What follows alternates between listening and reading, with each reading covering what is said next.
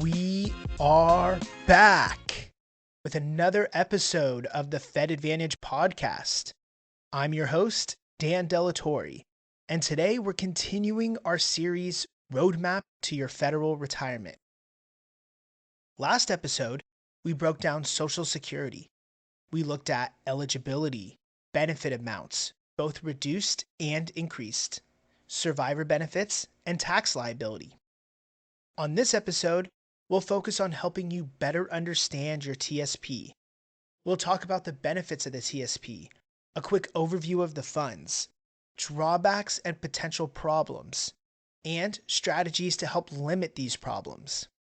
But before we dive into this, I just want to recap an important point that we've discussed, which is the tripod structure of your retirement. 3 legs, which together provide a solid structure. But if one of those legs is weak, the structure can collapse. Your FERS pension is one leg, Social Security the second leg, and finally, your TSP. Investing in the TSP is a critical piece to your retirement. The ability to put our money to work today for the prospects of future growth is a valuable benefit. And when you factor the employer match of up to 5% to your investment, it becomes too good to ignore. If you're not taking advantage of at least this aspect of the TSP, then you're missing the boat. The TSP is a defined contribution plan, which means the amount of money that you contribute to the plan is defined, but the benefit that you receive from the plan is not. It offers a range of investment options, including different funds and life cycle funds, and it's designed to sustain a shortfall in your FERS and Social Security pension. The TSP is an important part of your retirement system because it provides you, the employee, a way to save for retirement outside of your defined pensions in FERS and Social Security. It offers many benefits, like low fees and tax advantages, but there are also some potential drawbacks, including limited control over how your funds are distributed and market fluctuation. The TSP offers 5 different funds, each with a different investment strategy.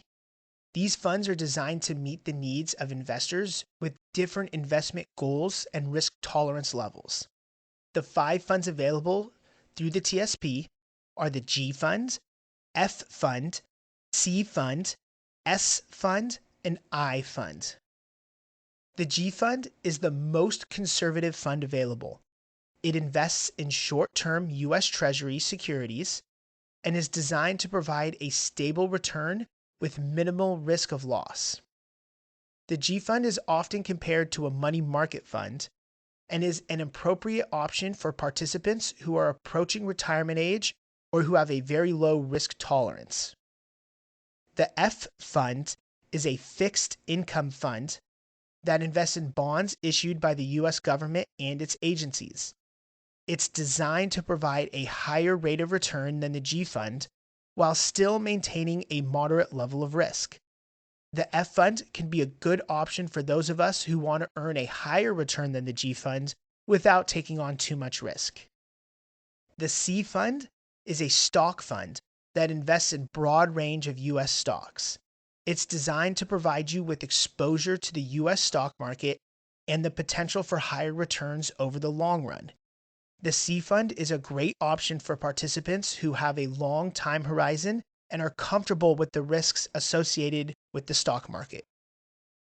The S Fund is a stock fund that invests in small and mid-sized U.S. companies. It's designed to provide you with exposure to the potentially higher returns offered by a smaller company.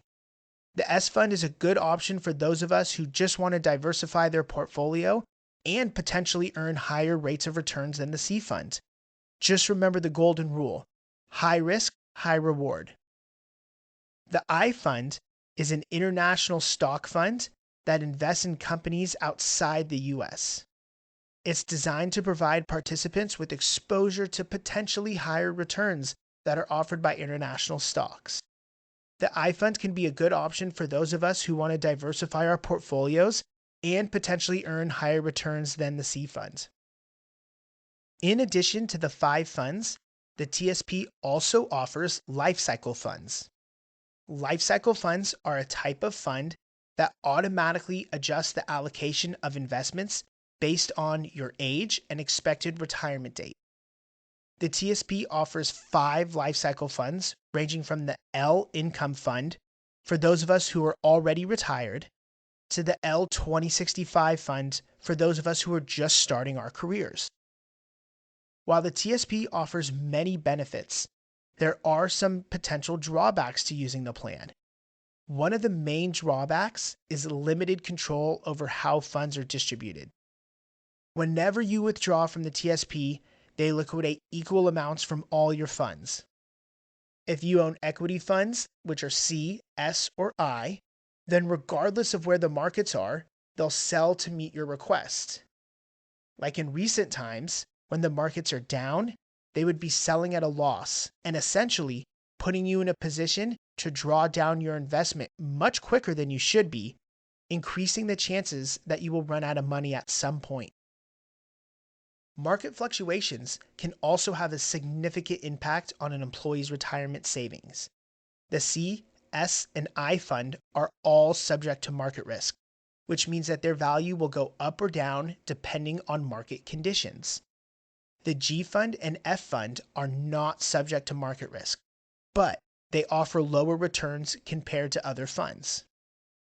The G and F fund don't guarantee how long your money will last, so it is a real possibility that you could run out of your TSP if you're not careful.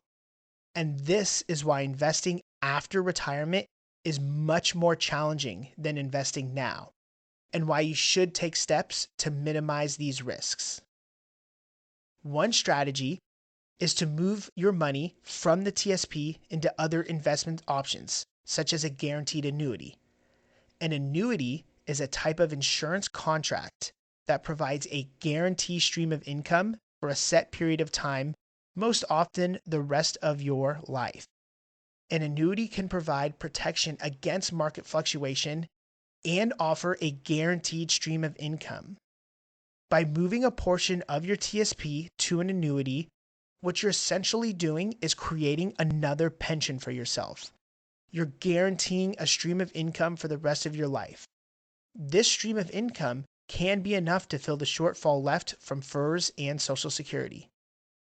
There are different types of annuities that exist, one being a guaranteed index annuity.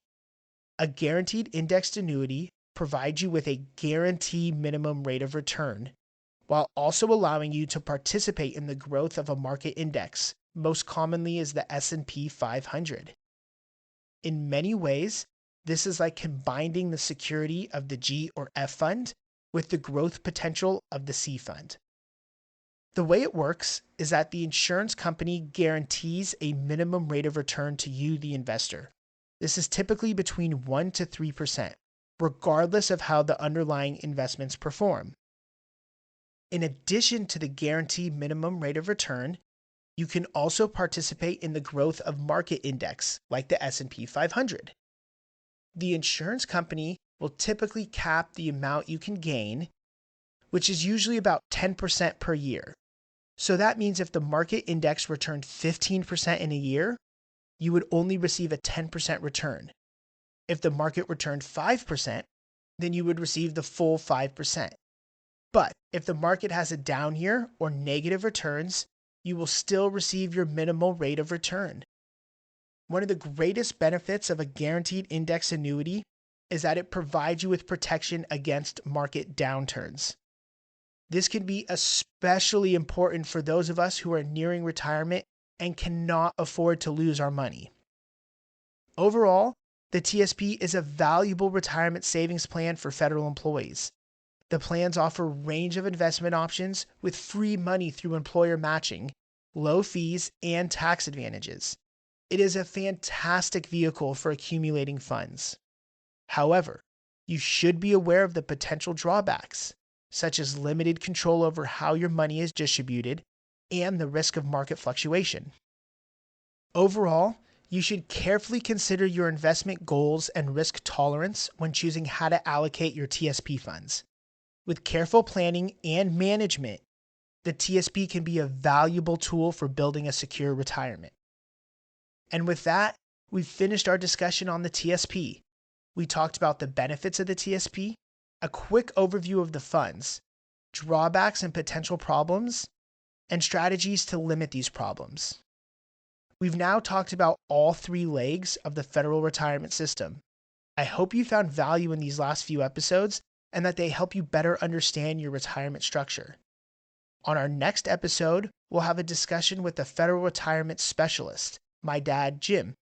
We'll leverage his 25 years of experience to talk about some of the critical decisions that federal employees must make to achieve the retirement of their dreams. I'm happy to have a private discussion with you or to take a deeper dive into any of the topics we've discussed. Annuities can be intimidating to many of us since we just don't understand them. But please don't hesitate to reach out. You can reach me anytime by email at info@fedadvantage.com. Thank you for listening to the Fed Advantage podcast. I'm your host, Dan Delatorre, and I'll talk to you next episode.